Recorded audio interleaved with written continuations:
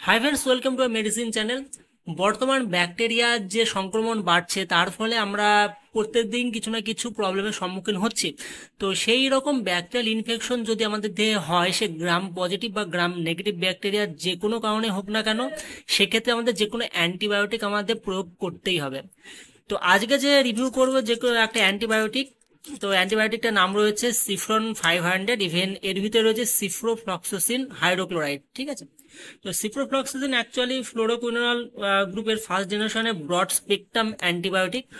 অর্থাৎ এটা গ্রাম নেগেটিভের সঙ্গে সঙ্গে গ্রাম পজিটিভ যে ব্যাকটেরিয়া রয়েছে সেক্ষেত্রেও এটা কাজ করে থাকে দুই ধরনের। ইভেন এটা সান ফার্মার দ্বারা তৈরি করা একটা ব্র্যান্ডেড মেডিসিন এবং প্রাইসটা রয়েছে খুব সামান্য একটা প্রাইস, 47 টাকা 48 পয়সা মতন প্রাইস রয়েছে, 5 টাকা মতন প্রাইস রয়েছে এই মেডিসিনটির। তো অ্যাকচুয়ালি কি কাজে ব্যবহার করা হয়? তো যেহেতু এটা অ্যাকচুয়ালি অ্যান্টিবায়োটিক, যে কোনো ব্যাকটেরিয়াল ইনফেকশনের ক্ষেত্রে এই মেডিসিনটি ব্যবহার করা হয়ে থাকে। তো সিপ্রোফ্লক্সাসিন অ্যাকচুয়ালি কি করে, দেখা যায় যে হিউম্যান বডির লাংসে ইনফেকশন হয়ে যায়, যার কারণে আমাদের লাংসে ফুলে যায়, ইভেন তার সঙ্গে শ্বাস নিতে প্রবলেম হয়, যেটাকে আমরা নিউমোনিয়া বলি। তো সেই ক্ষেত্রে ব্যবহার করা হয়ে থাকে। ইভেন ব্রঙ্কাইটিসের ক্ষেত্রে যে ব্রঙ্কনালী রয়েছে সেইগুলো অনেক সময় ফুলে যায় এবং যার কারণে আমাদের শ্বাস নিতে প্রবলেম হয় এবং ওর ভিতরে মিউকাস জমে যাওয়ার ফলে অনেকটা শ্বাসকষ্ট হয়। তো সেই ক্ষেত্রে এই মেডিসিনটি ব্যবহার করা হয়ে থাকে। টাইফয়েড জ্বর বলে এক ধরনের টাইফয়েড রোগ আছে, তো সেই ক্ষেত্রে এই সিপ্রোফ্লক্সাসিন খুব ভালো ওয়ার্ক করে থাকে।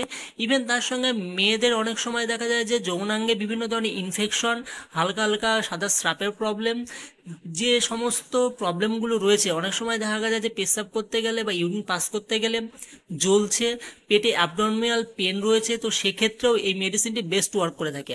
ইভেন তার সঙ্গে ইউটিআই অর্থাৎ ইউরিনারি ট্র্যাক ইনফেকশন বা কিডনি ইনফেকশন বা পেশাবে ইনফেকশন, সে ছেলে হোক বা মেয়েদের যে কোনো ইউরিনারি ট্র্যাক ইনফেকশনের ক্ষেত্রে এই মেডিসিনটি অ্যাকচুয়ালি বেস্ট ওয়ার্ক করে থাকে। এছাড়া সেক্সুয়াল কিছু ট্রান্সমিটেড ডিজিজ থাকে, যেমন গোনোরিয়া।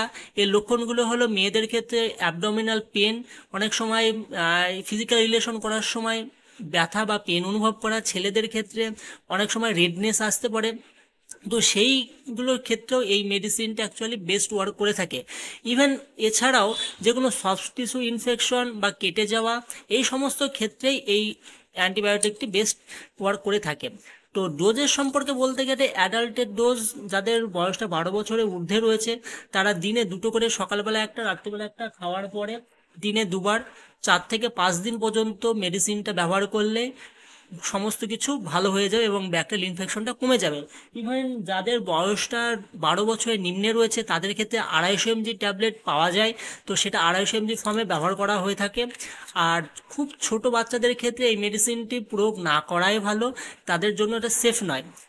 এবার কন্ট্রাইন্ডিকেশন বলতে গেলে মেডিসিনটা এমন কিছু কন্ট্রাইন্ডিকেশন নেই, তবে বেস্ট ফিডিং মাদার, ইভেন যারা প্রেগনেন্সি মহিলা রয়েছে তাদের ক্ষেত্রে এই মেডিসিনটি ইউজ করা যাবে না বা এটা সেফ নয়। দেখা যায় যে লিভার সংক্রান্ত কোনো প্রবলেম রয়েছে, তো সেই ক্ষেত্রে এই মেডিসিনটি ব্যবহার করা যায় না। ইভেন যারা জন্ডিস পেশেন্ট রয়েছে তাদের ক্ষেত্রেও এই মেডিসিনটি ব্যবহার করা যায় না। আর মেডিসিনটির সাইড এফেক্টস বলতে গেলে অনেক সময় খাওয়ার পরে নোজিয়া, ভমিটিং, একটু রেডনেস, ইভেন মাথা ঘোরা, এই প্রবলেমগুলো আসতে পারে। এছাড়া অনেকে ড্রাই মাউথ আসতে পারে।